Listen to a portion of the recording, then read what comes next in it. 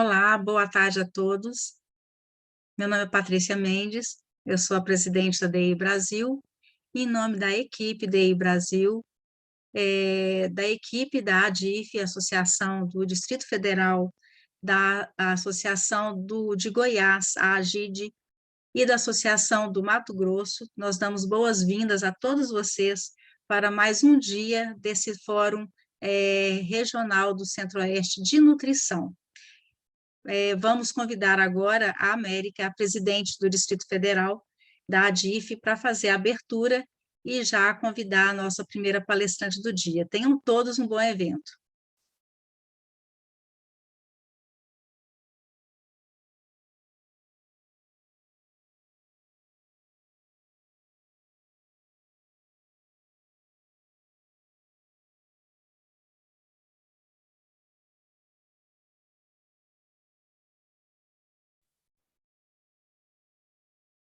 América e Miriam, do Distrito Federal, vocês estão aqui? Vocês podem fazer a apresentação agora, de uma vez? Estou sim. Nós somos do Distrito Federal, né? Sou Miriam, vice-presidente, e a América, presidente. Nós vamos chamar agora a nutricionista Yasmin Barbosa. Ela é idealizadora da consciência nutricional e dos casos clínicos, né? E também funcional. Então, a doutora Yasmin Barbosa, né? Agora, no momento, falar conosco. Boa tarde, pessoal. Tudo bem com vocês? Eu vou compartilhar minha tela, vocês me digam se estão vendo, tá tranquilo? Estão vendo meu PowerPoint, minha apresentação? Estamos sim, doutora, tudo bem aqui. Então, eu vou me apresentar rapidamente, né? A gente tem pouco tempo e bastante conteúdo para abordar. Meu nome é Yasmin Fernandes, eu sou nutricionista, pós-graduanda em Nutrição Clínica Funcional pela VP. Eu atendo aqui em Brasília, principalmente na área de clínica e esportiva também. Eu sou membro do Consciência Nutricional, que é um grupo de estudos de nutrição aqui em Brasília. Amanhã, inclusive, teremos um outro membro palestrando aqui, falando sobre suplementos, então não percam. E, bom, apresentação feita, vamos ao tema de hoje, que é vitamina D, mitos e verdades. Então, a gente vai começar a conversa hoje falando um pouquinho do histórico dessa substância. Então, apesar da gente não saber exatamente quando a vitamina D surgiu aqui na Terra, existem algumas evidências de que os fitoplânctons, que são micro-organismos aquáticos com capacidade fotossintética e que já habitavam a Terra há pelo menos 750 milhões de anos, eles já eram capazes, naquela época, de sintetizar a vitamina D. Outro indício de que a vitamina D surgiu há muito tempo é que a única forma dos grandes vertebrados, então dos dinossauros, terem conseguido manter aquelas estruturas ósseas tão grandes e largas, né, há 350 milhões de anos atrás, seria por meio da síntese cutânea de vitamina D. Então, sem ela, isso não seria possível, e um pouquinho mais à frente a gente vai entender melhor o porquê disso. Então, é possível perceber que desde os primórdios e ao longo do tempo e da nossa evolução, os seres vivos, eles mantêm uma relação muito íntima com o Sol. Mas essa relação, ela acabou mudando de figura lá no século XIX, né, depois da Revolução Industrial, o estilo de vida das pessoas acabou mudando bastante. Então, com o êxodo rural, então a migração dessas pessoas da zona rural para as cidades, fizeram com que essas cidades ficassem abarrotadas de trabalhadores e cada vez mais prédios precisaram ser construídos. Com isso, essas cidades elas foram se estreitando, os prédios foram ficando cada vez mais próximos, e isso fez com que essas cidades ficassem cheias de sombras. Além disso, as pessoas elas começaram a passar cada vez mais tempo em ambientes fechados, coisa que antes não era muito comum. Então, as pessoas trabalhavam muito na terra, sob o sol, né? E também tinha a questão da fuligem da queima do carvão, que além de poluir a cidade, também dificultava a passagem dos raios solares. E aí, com isso, acabou surgindo um problema. Então, as crianças da Inglaterra e do norte da Europa, elas começaram a apresentar deformações nos ossos bolinhas na pele e também começaram a ter má formação dos dentes. 80% a 90% das crianças do hemisfério norte estavam sofrendo de uma doença até então pouco conhecida, o raquitismo. E aí, nessa mesma época, outros pesquisadores eles estavam tentando entender por que a Noruega, ao contrário dos países vizinhos, mesmo também contando com invernos bem rigorosos e baixa exposição solar, registravam baixos índices da doença, do raquitismo. E aí eles concluíram que a diferença estava na dieta. Os noruegueses, eles se alimentavam principalmente de peixes selvagens e eles consumiam muito óleo de fígado de bacalhau. E esses são alimentos que são ricos em vitamina D. Porém, essa informação até então era desconhecida, porque a vitamina D ela não tinha sido nem descoberta nessa época. Só que assim, observando, né, algumas relações, eles começaram a ver que banhos de sol e a ingestão de óleo de fígado de bacalhau não só preveniam o desenvolvimento da doença do raquitismo, como também tratava. E aí, de forma empírica, ambos começaram a ser indicados, mas eles não sabiam sequer o porquê dessa melhora, mas sabiam que melhorava.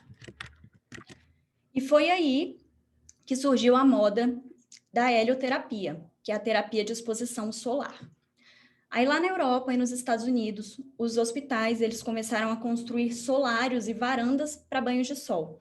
Aqui nessas imagens a gente consegue ver como que eram esses locais destinados para terapia. Então o pessoal ficava lá tomando sol e curava a doença.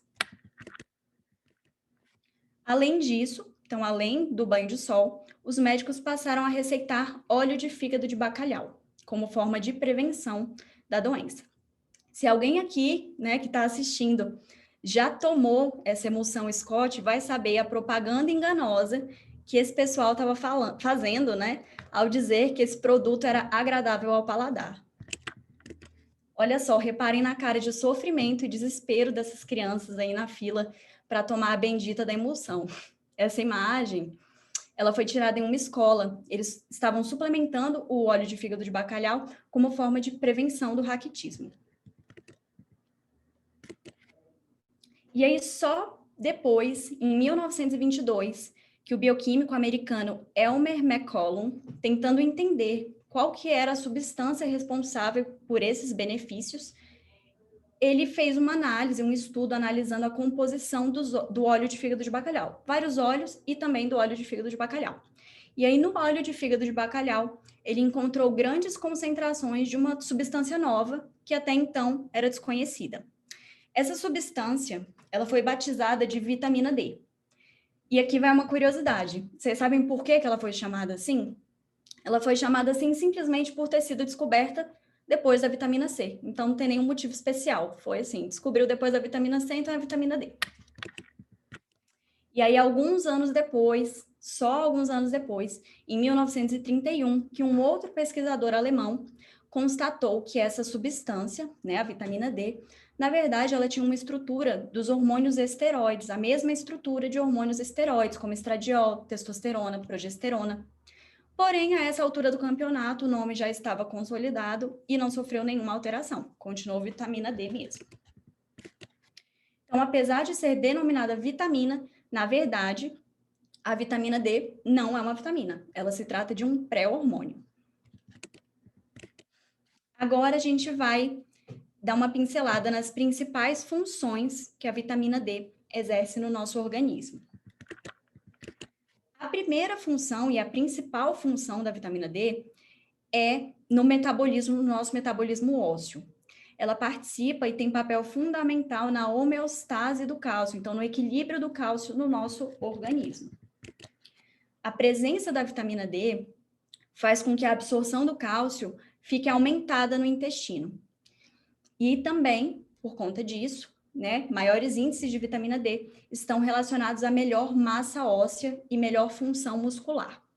Com a presença da vitamina D, a absorção do cálcio fica entre 30% e 40%, contra 10% a 15% se ela estiver em níveis suficientes no nosso organismo.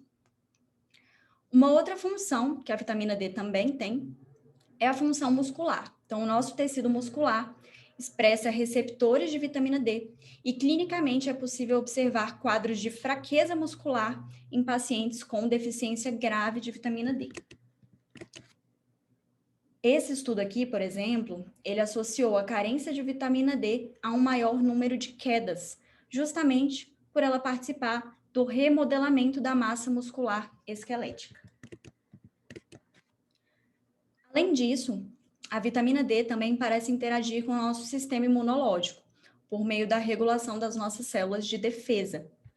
Então, alguns estudos observacionais, eles já demonstraram uma relação entre a deficiência de vitamina D e alguns desfechos negativos, e a maior prevalência de algumas doenças também. Então, a vitamina D já foi associada ao aumento da mortalidade, ao declínio da função cognitiva, a complicações cardiovasculares, a uma maior prevalência de diabetes, de câncer e de doenças autoimunes, inclusive as doenças inflamatórias intestinais. Então, quando a gente fala de vitamina D nas doenças inflamatórias intestinais, o que os estudos apontam é que a maioria dos pacientes com doenças inflamatórias intestinais apresentam uma deficiência de vitamina D. Isso acontece provavelmente por conta da redução da capacidade absortiva nesses pacientes, né? Então, no caso de ingestão ou no caso de suplementação, provavelmente essa absorção ela não é tão eficiente. E também tem a questão que em momentos de crise, normalmente essas pessoas elas têm uma dificuldade de sair de casa, né? Então, elas precisam estar em um ambiente que tem um banheiro perto, porque precisa ir ali constantemente. Então, elas acabam ficando mais reclusas e se expondo menos ao sol. Então, provavelmente, esse seria o motivo das pessoas portadoras de doenças inflamatórias intestinais terem menores níveis de vitamina D. E aí, os resultados desses estudos, eles demonstram que níveis adequados da vitamina são capazes de reduzir o risco de câncer, de desenvolvimento de câncer nesses pacientes, além de promover um aumento da imunidade e também de diminuir a atividade dessas doenças e dos marcadores inflamatórios também. E aí, por outro lado, a deficiência, ela acarreta alguns prejuízos, e foi possível observar comprometimento ósseo e maior índice de fase ativa da doença, então mais tempo de fase ativa da doença. Então, vale lembrar que esses estudos, eles são estudos observacionais, não é um estudo de causa e efeito. Mas o que a gente consegue entender é que é muito importante, inclusive para pacientes com doenças inflamatórias intestinais, manter bons níveis adequados de vitamina D para o controle da doença. E também é bom lembrar que esses pacientes provavelmente têm uma necessidade, em caso de necessidade, né, em caso de insuficiência, se for suplementar, provavelmente a necessidade da suplementação vai ser maior, provavelmente vai precisar de dosagens maiores para conseguir atingir níveis ideais séricos de vitamina D. E agora, no nosso contexto atual de pandemia, também tem se falado bastante da relação da vitamina D com o Covid-19. Alguns estudos demonstram a associação entre baixos níveis de vitamina D e uma maior prevalência de infecções pelo coronavírus e também um maior agravamento do quadro da doença. Esses estudos, eles não conseguem ainda estabelecer uma relação de causa e efeito, mesma coisa dos outros que eu falei da doença inflamatória intestinal. Mas a associação existe. Então, tá aí mais um bom motivo para mantermos bons níveis séricos de vitamina D. Então, agora que a gente entendeu a importância, né, de manter bons níveis de vitamina D, como que a gente faz isso? Quais são as fontes? A gente tem as fontes alimentares e a gente tem a fonte solar. Então, por meio da exposição ao sol, o nosso próprio corpo é capaz de produzir vitamina D. Então, a gente vai começar falando das fontes alimentares. Alguns peixes, principalmente peixes de águas mais profundas, têm uma boa concentração de vitamina D, principalmente o salmão. Mas é bom a gente reparar, é importante a gente reparar, que o salmão que tem uma concentração excelente de vitamina D não é o salmão que a gente costuma ter acesso, é um salmão selvagem. A gente tem acesso ao salmão de cativeiro, que tem uma dosagem bem menor de vitamina D, né? Entre 100 a 250 unidades contra 600 a 1.000 unidades internacionais do salmão selvagem. Então, um outro alimento que também tem uma concentração bem legal de vitamina D, é o óleo de fígado de bacalhau, né, que o pessoal usava lá naquela época já para tratar o raquitismo. Os cogumelos também, principalmente os que foram secos ao sol, também tem uma concentração ali, de vitamina D. E esses alimentos, eles que têm alguma concentração de vitamina D, eles têm essa vitamina D na sua composição justamente pela capacidade desses animais ou desses vegetais de sintetizar a vitamina D ao terem sido expostos em algum momento à irradiação solar. Então, por isso que eles têm essa concentração de vitamina D na composição. Então, como a gente não tem muitas fontes alimentares de vitamina D, alguns países mais frios, então que têm baixa exposição solar, alguns países têm legislações e políticas de fortificação de alimentos com vitamina D, justamente para tentar suprir essa necessidade, né? Não tendo sol, não tendo muitas fontes, eles fortificam para que a população não fique carente desse nutriente. Então, agora nós vimos, né, que alguns alimentos têm sim vitamina D na sua composição, mas será que só a alimentação ela já é suficiente para suprir a nossa necessidade de vitamina D? E, no geral, a resposta é não. Tendo em vista que as fontes alimentares são escassas e, ainda por cima, os alimentos que são fontes de vitamina D, eles não são consumidos em base regular, muitas vezes a gente não tem nem acesso, nós dependemos principalmente da produção cutânea, então da produção do nosso organismo, da vitamina D. E aí, para fins de comparação, eu coloquei essa imagem aqui, que eu tirei de um artigo, para a gente ter uma noção. 30 minutos de exposição ao sol no verão, então com o corpo todo exposto ali, só com biquíni ou sunga, a gente conseguiria sintetizar, em média, 20.000 unidades internacionais de vitamina D. Seria necessário comer mais ou menos 2.000 gemas de ovo e algo entre 8 e 20 quilos de salmão para conseguir essa mesma quantidade por meio da alimentação. Então, acho que dessa forma fica bem claro que o sol é muito mais eficiente em nos fornecer boas doses de vitamina D, né? Aqui a tabelinha que eu tirei do artigo e só fiz a figura para ficar mais ilustrativo. E nos casos de impossibilidade de exposição solar, o que a gente faz? Suplementa a vitamina D, né? Se está insuficiente, os estudos demonstram que a suplementação de vitamina D é eficiente em aumentar e manter bons níveis séricos de vitamina D. Porém, será que a suplementação é igual, é a mesma coisa do sol? Apesar da suplementação ser eficiente em suprir a necessidade de vitamina D, ela não é equivalente à exposição solar. Porque o sol, né, a exposição ao sol, nos traz outros benefícios, além da síntese de vitamina D. Então, a exposição solar regula o nosso ciclo circadiano, libera endorfina, serotonina, dopamina, que são substâncias produzidas pelo nosso organismo e que estão associadas à sensação de bem-estar e prazer. Então, sim, ela é eficiente em suprir a demanda de vitamina D, mas ela não é equivalente por esses outros benefícios que o sol também nos traz. E aí, como que é feita a ativação dessa vitamina D no nosso organismo? Eu vou tentei simplificar ao máximo aqui. E via sol, via exposição solar, a ativação da vitamina D, ela passa por 3 etapas. Já via alimento ou suplemento, a gente pula uma etapa. Então, essa ativação acontece em 2 etapas. Aqui nessa imagem que eu fiz, acho que a gente consegue entender melhor como que funciona essa ativação da vitamina D, via sol e via alimento. Então, na pele, nós temos uma molécula que é precursora de vitamina D. E aí, quando o raio UVB incide na pele, essa molécula ela é convertida em pré-vitamina D. Essa pré-vitamina D é a forma que a gente já ingere quando toma um suplemento ou quando ingere um alimento que tem vitamina D. Então, a gente pula essa etapa. E depois, né, de formada essa pré-vitamina D, essa vitamina D ela ainda sofre mais 2 alterações no fígado e nos rins, até ser convertida na forma ativa da vitamina D, que vai exercer suas funções lá no nosso organismo.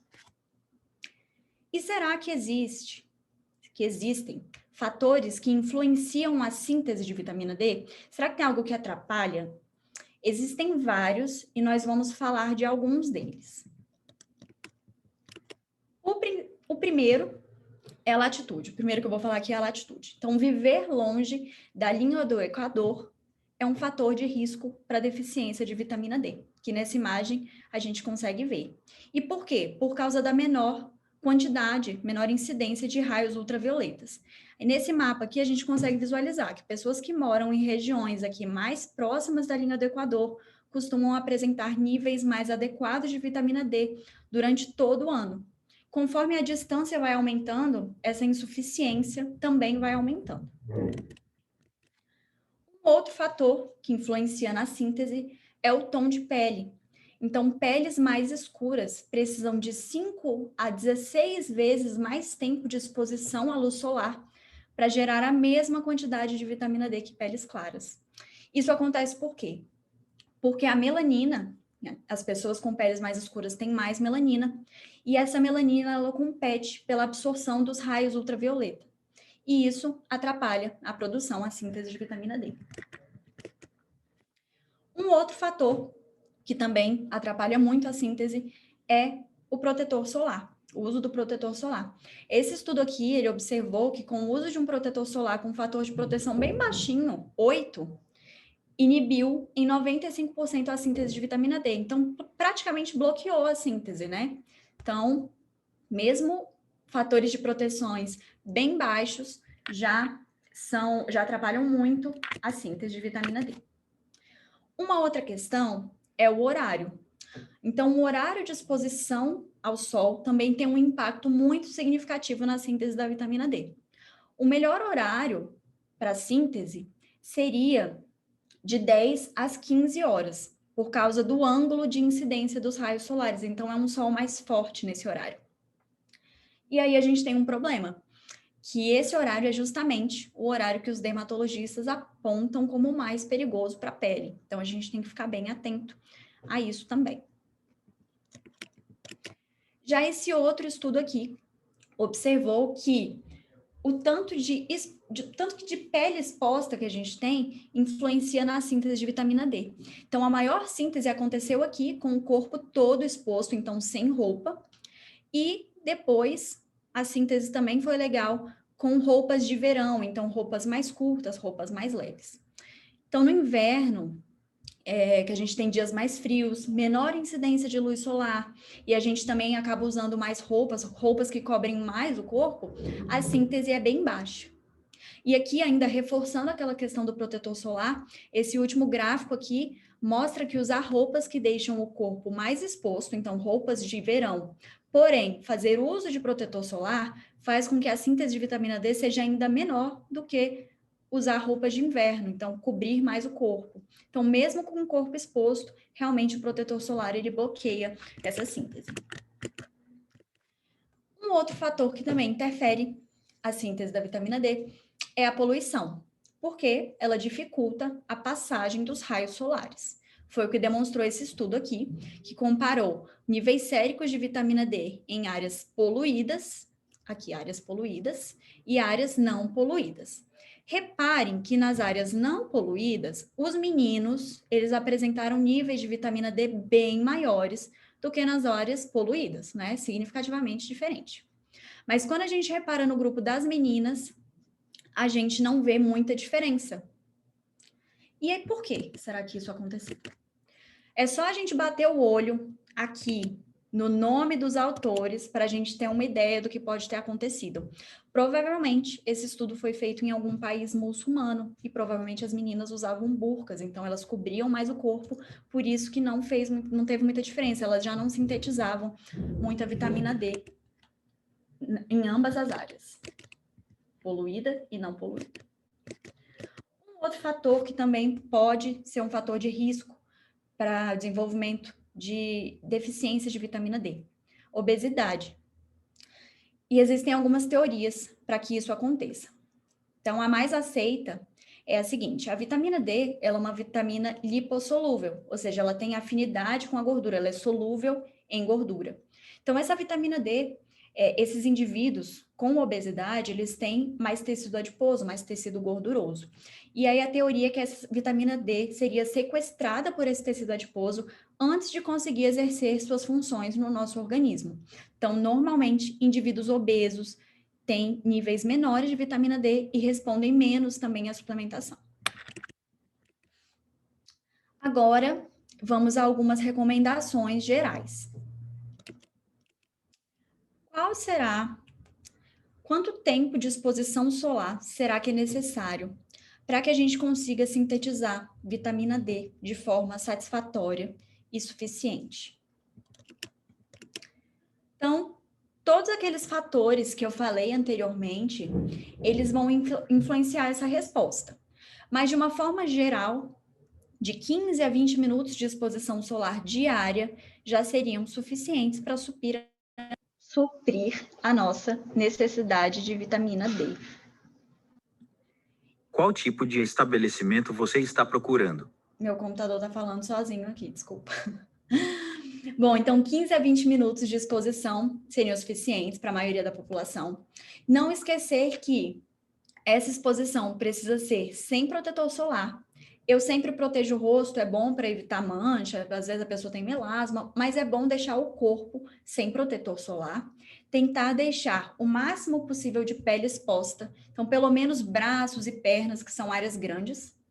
E se for ficar mais tempo no sol, pelo amor de Deus, passa protetor solar depois dos 15 a 20 minutos. Porque a gente quer sintetizar vitamina D, mas a gente não quer câncer de pele e nem envelhecimento cutâneo, né? Então, é bom relembrar. Em relação aos valores de referência, eles podem variar bastante de laboratório para laboratório, mas o ideal seria a gente manter os nossos níveis de vitamina D entre 40 e 70 nanogramas por ml. É bem difícil, viu? Em consultório é bem difícil encontrar alguém que não esteja suplementando com esses níveis de vitamina D. A gente não tem mais o costume de se expor muito ao sol, não faz muita atividade ao ar livre, então é bem comum encontrar o pessoal aqui com 15, 20, é a faixa que a gente encontra em consultório. E aí, quais são os problemas que podem acontecer pela falta da vitamina D?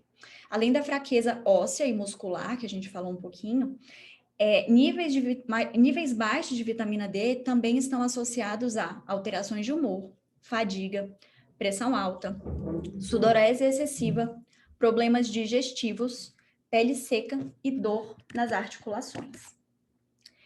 E é bom lembrar que nem de mais e nem de menos. Então, níveis muito altos de vitamina D também não são interessantes, podem ser prejudiciais. Níveis acima de 100 nanogramas por ml podem ser tóxicos para o nosso organismo. Porém, essa intoxicação, ela não acontece por vias naturais. Então, por meio da exposição solar ou ingestão de alimentos naturalmente ricos em vitamina D, não existem registros de toxicidade. Porém, existem registros de intoxicação com a utilização de superdoses de suplementos de vitamina D. E por que será que por vias naturais, então por exposição solar excessiva, a gente não tem uma intoxicação por vitamina D? Porque o nosso organismo, perfeito do jeito que ele tem um mecanismo de defesa. Então, quando essa exposição ao sol é muito prolongada, o nosso corpo ele consegue gerar outras substâncias a partir daquela mesma molécula precursora de vitamina D que a gente tem na pele. Ou seja, existe um limite de produção de vitamina D. Quando esse limite é atingido, outras substâncias são produzidas no lugar de vitamina D. Então, é um mecanismo de defesa mesmo do nosso organismo. Então, nem esse coitado aqui desse jovem vai ter uma intoxicação por vitamina D, né? Ele vai ter vários outros problemas, inclusive dificuldade para dormir, mas intoxicação não. E aí, ainda sobre a toxicidade. Apesar de rara, ela pode sim acontecer em casos de ingestão de suplementos acima de 10 mil unidades internacionais por dia, se essa suplementação for feita de forma crônica, se não for feita checagem da dosagem, dos níveis para ajuste de dosagem. E entre os sintomas dessa toxicidade, nós temos alguns sintomas agudos, que são náuseas, vômitos, perda de apetite, constipação, poliúria, que é a vontade excessiva de urinar, polidipsia, que é uma sede intensa, e desorientação. E existem alguns sintomas crônicos. Então, se essa intoxicação ela acontece por muito tempo, pode acontecer perda óssea, litíase renal e calcificação dos vasos sanguíneos. Justamente por causa desse excesso da absorção do cálcio, pode acontecer a calcificação desses vasos. Então, além de ressaltar a importância da gente manter bons níveis de vitamina D por todos esses motivos que eu falei anteriormente, e a vitamina D tem sido cada vez mais estudada. A gente sabe que 99% das células do nosso corpo tem receptor de vitamina D, então certamente a gente não sabe todas as funções da vitamina D ainda e ainda vai descobrir. Mas é bom reforçar que a suplementação ela não deve ser feita de forma indiscriminada. Ela deve ser orientada por médico ou por nutricionista, e o acompanhamento dos níveis séricos de vitamina D deve ser feito de forma regular para ajuste de dosagem. E, claro, a melhor opção e a opção mais barata é aproveitar o sol, já que aqui no Brasil a gente não tem problema com a falta de sol. Vamos aproveitar, tentar ali ficar pelo menos alguns minutinhos, né, exposto ao sol, porque é a melhor opção. Então, é isso. Muito obrigada. Eu espero que vocês tenham gostado, que tenha sido útil de alguma forma. Acho que vai abrir agora para pergunta. E depois, ainda se ficar qualquer dúvida, deixei aqui meu Instagram, o Instagram do Consciência, tem bastante conteúdo de relevância científica, de relevância lá para quem tiver interesse, e aí pode chamar por lá também, que a gente conversa. Obrigada, gente. Muito obrigada, doutora. Vamos ver aqui no chat se tem alguma pergunta. E se o pessoal quer fazer perguntas para a senhora, quem precisar, quem esclarecer qualquer dúvida, pessoal, pode abrir o microfone e fazer a pergunta direto para a doutora Yasmin. Fiquem muito à vontade, tá?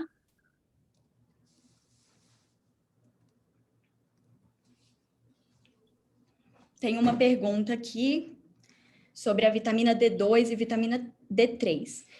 A vitamina D, existem algumas formas de vitamina D, né, que é a vitamina D2 e D3. A vitamina D2 é a vitamina de origem vegetal. Então, aqueles alimentos que têm vitamina D, por exemplo, os cogumelos, os vegetais que têm em sua composição vitamina D, está nessa forma de vitamina D2.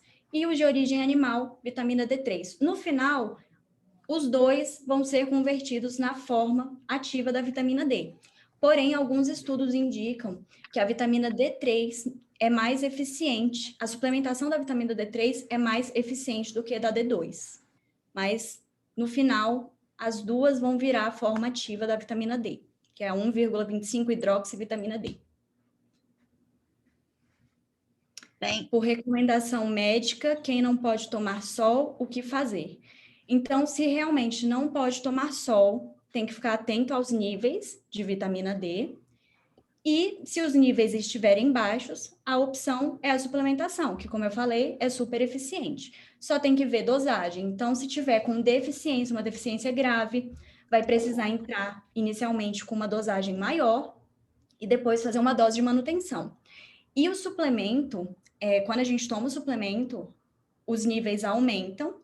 Parou de tomar o suplemento, os níveis caem. Então, se não pode tomar sol de jeito nenhum, muito provavelmente vai ter que ficar tomando de forma crônica a suplementação de vitamina D, só que em uma dosagem ali de manutenção. A outra pergunta que temos na vigência de uma baixa absorção, qual a melhor forma, veículo de suplementação? Você acha que o veículo oleoso é ok, pensando na absorção? A vitamina D é sempre melhor que o veículo seja oleoso. Ou então que a gente faça a suplementação com algum alimento gorduroso, porque como eu falei em algum outro slide, a vitamina D ela é lipossolúvel, então ela é solúvel em gordura, ela precisa da gordura para ser absorvida. Então o veículo oleoso é excelente.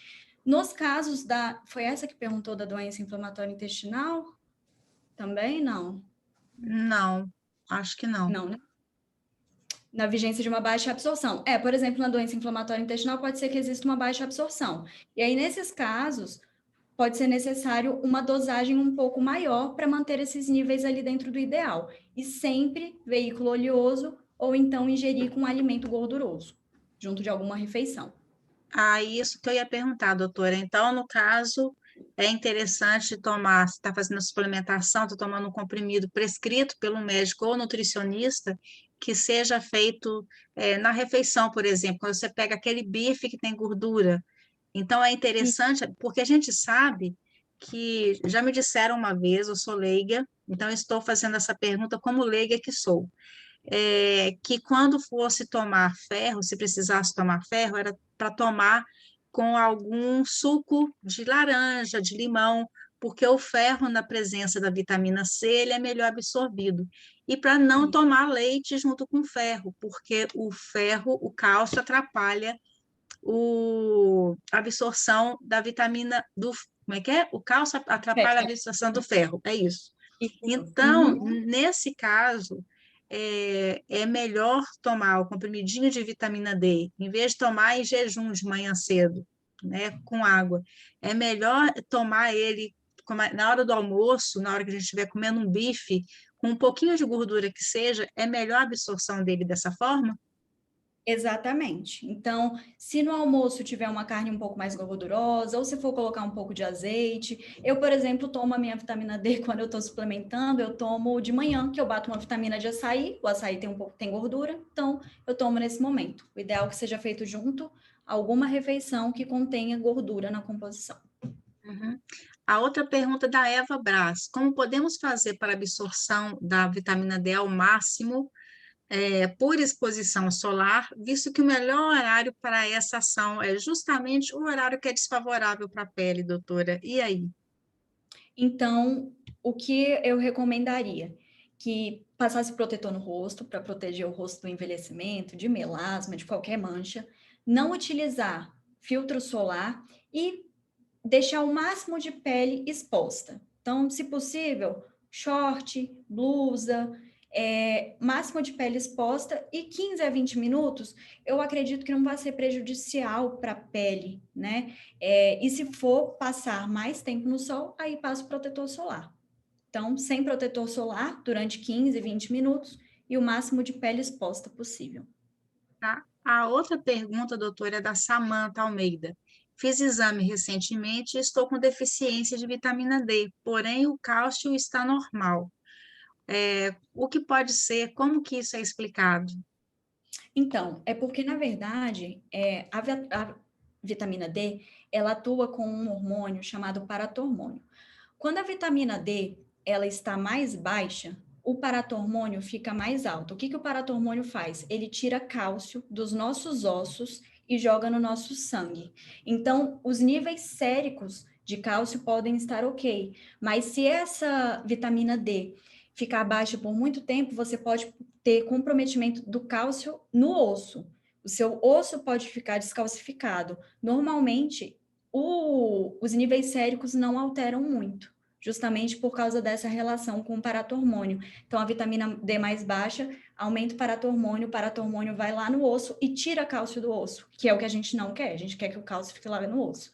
E aí manda para a corrente sanguínea, e aí faz o exame e os níveis estão normais. Entendi.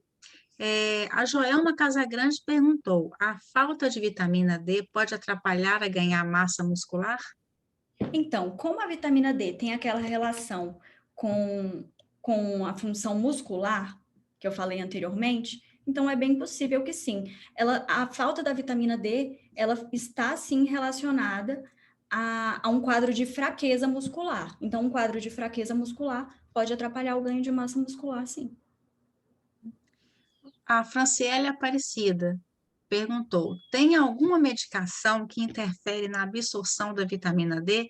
Pergunto isso porque sou asmática e faço uso de corticoides e de uma medicação só para asma e não consigo manter meus níveis dentro da faixa normal. Franciele, se eu não me engano, o corticoide ele pode sim atrapalhar a absorção da vitamina D. Eu estava dando uma pesquisada nesses artigos de doenças inflamatórias intestinais, e eles falavam, né, dos motivos pelos quais pacientes com doenças inflamatórias intestinais poderiam apresentar mais deficiência de vitamina D. Tinha essa questão da absorção, tinha a questão do próprio intestino, né, de estar ali inflamado, estar machucado e atrapalhar a absorção, tinha essa questão da exposição solar e tinha algo falando de medicação também de corticoide, então eu acredito que sim. Eu não vou te dar 100% de certeza, mas eu acho que sim, eu acredito que sim. A Alejandra Etelvina perguntou qual o link para garantir o certificado. Aí eu respondo, Alejandra. Esse certificado vocês podem solicitar através do e-mail mailroxo@dibrasil.org.br, tá bom? Deixa eu ver uma coisa. A Marifreuda Chagas perguntou, ótima pergunta dela, existe diferença na qualidade entre a vitamina D manipulada ou a de farmácia que já compra pronta, doutora? Então, vai ser importante verificar a procedência dessa vitamina D manipulada, se é uma farmácia de manipulação confiável. Se for, não acho que tenha diferença, não. Eu costumo comprar e utilizar de farmácia mesmo, dificilmente eu mando manipular. Mas ambas, assim, o que ficar no melhor custo, se for uma farmácia de manipulação confiável, também super válido. Porque tem muita diferença. Eu também tenho que fazer suplementação às vezes, e tem muita diferença, doutora, nos preços das marcas de vitamina D. Eu confesso, eu não sei os outros aqui, mas eu confesso que eu fico perdida, sem saber que marca levar. Aí eu pergunto para o médico qual que é a melhor marca, o que você indica para mim, e eu vou por essa indicação, porque a diferença de preço é muito gritante entre as marcas, né? Sim, é mesmo. Tem algumas que são, mesmo as de farmácia, são bem mais caras. Tem algumas mais conhecidas que a gente indica mais, né? Por serem mais conhecidas, a gente acha que é mais confiável. Mas a manipulada também, se for uma farmácia de manipulação confiável, acho que não tem problema nenhum. A Flávia Cristina perguntou, doutora, para uma pessoa que está em nível mínimo de vitamina D, quantos UI seria interessante tomar por dia para melhorar o nível? Existem muitas marcas e várias quantidades de UI que a gente fica em dúvida quanto UI é necessário ao dia.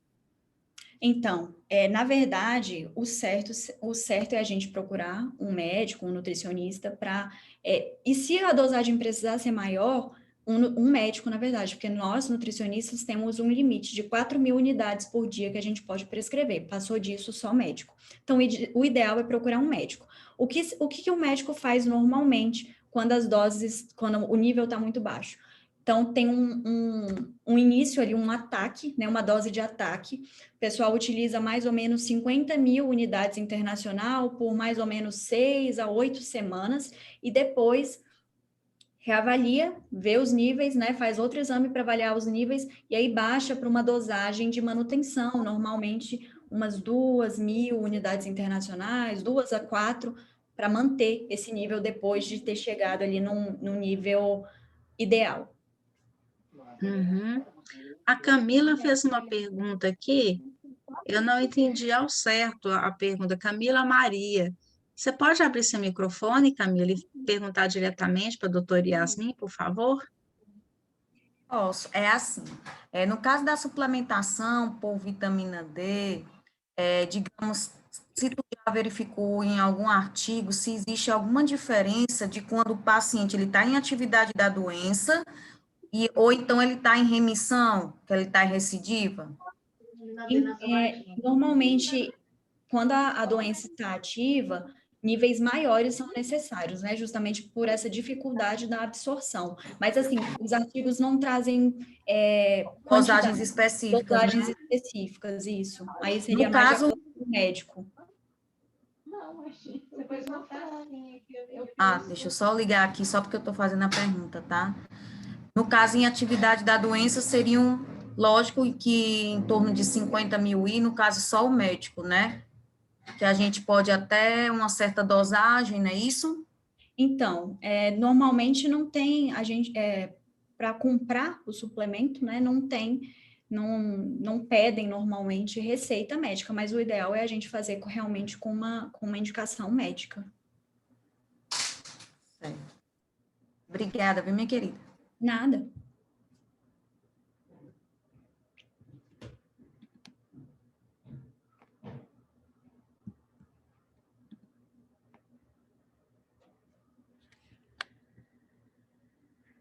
Aí acho que o seu microfone está fechado, Patrícia. E meu microfone estava fechado. Tem uma pergunta aqui, bastante pertinente, da Grácia. Eu acho que é assim que se pronuncia o nome dela. Se não for, me corrija, tá? Por favor. Ela perguntou, doutora, e o famigerado protocolo Coimbra? O que a senhora tem para falar sobre ele? Então, o protocolo Coimbra seria, né, esse tratamento com superdoses de vitamina D, dosagens bem altas. Tem pessoas que chegam a tomar aí 50 mil, 100 mil unidades por dia.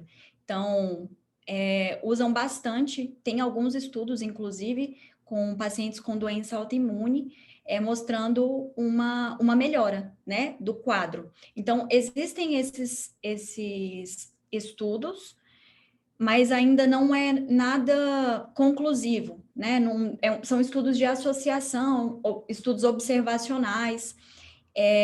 Esse tipo de tratamento ele tem que ser feito com orientação médica e os níveis de vitamina D precisam ser constantemente monitorados, porque com essas superdoses é muito fácil a gente atingir aquele nível de toxicidade que eu falei, que também é prejudicial, pode trazer vários prejuízos para a nossa saúde. Então, no caso do protocolo, ele deve ser indicado por um médico. Tem alguns estudos a favor, né, dessas superdoses em casos de pacientes com doenças autoimunes, mas precisa ser feito com bastante cautela e, principalmente, não deve ser feita autoprescrição, né? Tem que ser feito por um médico, realmente.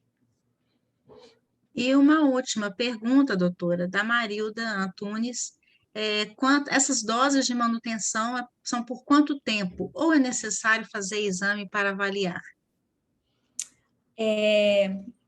A suplementação da vitamina D, se você parar de tomar, ela vai cair, os níveis vão cair. Então, essa dose de manutenção, ela deve ser feita ad eterno, ou você toma sol. Então, tem duas opções, ou pega sol para continuar mantendo esses bons níveis, ou então realmente a suplementação precisa continuar sendo feita, e aí de tempos em tempos, né, a gente reavalia os níveis. Eu acho que alguém perguntou aqui o tempo que eu costumo solicitar esses exames para reavaliar. Quando o paciente está fazendo usando uma dosagem maior de vitamina D, que ele faz aí mais ou menos por 6 a 8 semanas, a gente reavalia mais ou menos depois desse período. Então, depois desse período subiu, está em níveis ideais, a gente diminui a dose. Não subiu, continua por mais um tempo e depois reavalia novamente e ajusta a dose. Indica o sol. Agora tem paciente que fala, não consigo, não tomo sol, não tem jeito, então tem que continuar com a suplementação. De tempos em tempos a gente dá uma olhada nos níveis, mas essas doses de manutenção que a gente usa de manutenção, elas são muito baixas para causar qualquer prejuízo, mesmo que ela seja feita de forma crônica. Então, nunca vi assim problema por ingestão de vitamina D nesses níveis de 4 mil UI por dia. Obrigada, doutora. Pessoal, na apresentação, doutora, a senhora pode disponibilizar o seu PowerPoint depois para nós colocarmos no site da DI Brasil e disponibilizar para o pessoal fazer download? Pode ser? Com certeza. Patrícia, deixa eu só responder mais uma dúvida, porque essa é bem comum, eu acho que é importante esclarecer. A Flávia perguntou assim, Tá. com a suplementação via oral, não é necessário tomar sol para ativá-lo? Então, não. Deixa eu voltar aqui no slide só para mostrar rapidinho. Quando a gente faz a suplementação, a gente pula aquela etapa de ativação da pele. Então, aqui, ó, quando o raio solar incide a pele, essa pré-molécula que a gente tem na pele, ela é ativada, que é a vitamina D3. Então, ela é ativada e convertida em vitamina D3. Quando a gente ingere o suplemento, a gente já ingere essa vitamina D3, então a gente não precisa do sol para ativar. Às vezes o médico, ele fala isso, que é para o paciente ter, criar o hábito de tomar sol, e é uma mentirinha do bem. Muito bom mesmo. Sendo no horário certo, né? Isso aí, a gente precisa do sol, gente. Doutora, então, só avisando para o pessoal, tem muitas perguntas aqui do certificado. Os certificados podem ser solicitados através do e-mail maioroxo@dibrasil.org.br. Doutora Yasmin, foi um prazer trabalhar com a senhora. Agradecemos demais à Associação do Mato Grosso, no Distrito Federal e de Goiás por terem feito o convite e terem convidado a senhora e terem trazido, por permitido a sua participação aqui, terem possibilitado a sua participação no fórum conosco. Muito obrigada mesmo. Depois fazemos contato para pegar o PowerPoint, para disponibilizar para o pessoal, e o seu e-mail foi falado na palestra de sábado do certificado, tá? E o seu e-mail de contato, doutora, a senhora quer deixar algum contato para o pessoal que quiser falar com a senhora? Ah, sim, deixo assim. Primeiro, agradeço o convite, foi um prazer estar aqui com vocês. Eu vou escrever aqui nas mensagens o meu contato do meu Instagram, meu telefone e meu e-mail. Quem precisar entrar em contato, pode entrar em contato por qualquer um deles, tá bom? Muito obrigada, doutora Yasmin. Obrigada a você. Pessoal, vamos dar uma pausa para pegar uma água e já vamos trazer o nosso próximo palestrante, tá? Em 1 minuto a gente já volta. Vamos deixar vocês com um vídeo rapidinho aqui, enquanto a gente monitora a chegada do próximo palestrante. Só para saber, a Paloma já está aqui com a gente? Tô aqui sim. Ai, que bom, Paloma. A gente já começa, tá? Só um Tá bom, instante. combinado. Obrigada.